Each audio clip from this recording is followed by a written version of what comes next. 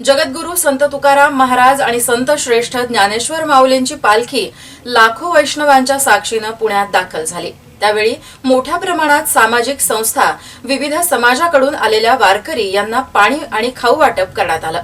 संत तुकाराम महाराज आणि संत श्रेष्ठ ज्ञानेश्वर माऊलीची पालखी लाखो वैष्णवांच्या साक्षीनं पुण्यात दाखल होताच विविध समाज आणि सामाजिक संघटनांकडून या पालखी सोहळ्याचं स्वागत करण्यात आलंय। वारकऱ्यांसाठी खाऊ, पाणी, चहा, नाश्ता अशा विविध खाद्यांचे वाटप करण्यात आले। तर विजय समाजकडून दरवर्षीप्रमाणे याही वर्षी वारकऱ्यांसाठी पाणी, बिस्किट, चहा व नाश्त्याची सोय करण्यात आली होती।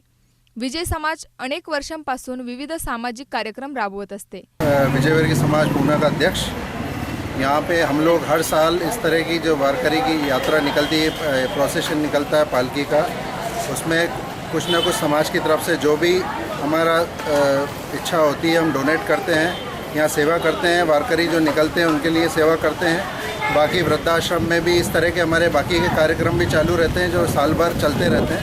वृद्धाश्रम में कभी दवाइयाँ बांटते हैं, कभी इस तरह के पूरा समाज लगा रहता है इसमें। आज भी जो है समाज की तरफ से पूरा यहाँ पे इकट्ठे हुए हैं लोग, और ये वारकरी जो निकल रहे हैं, पालकी निकल रही है, उसमें सभी तरह का सहयोग सभी लोगों ने दिया है।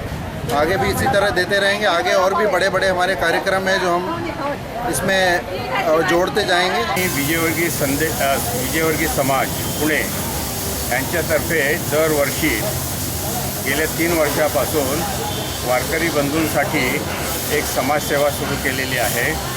त्यामध्ये आम्ही त्यांना खाण्यापिण्याची गोष्टी वाटतो। समाजसेवेच्या नियमाखाली पाणीसुद्धा त्यांना दिलं जातं आणि ही सेवा गेल्या 3 वर्षापासून आमच्याकडे चालू आहे। अनाथ मुलांसाठी कपडे वाटप, महिलांसाठी रोजगार असे विविध सामाजिक कार्यक्रम गेल्या 10 वर्षापासून सतत राबवित आहेत। प्रतिनिधी सूरज कांबळे, जीवन न्यूज, पुणे मेट्रो, पुणे।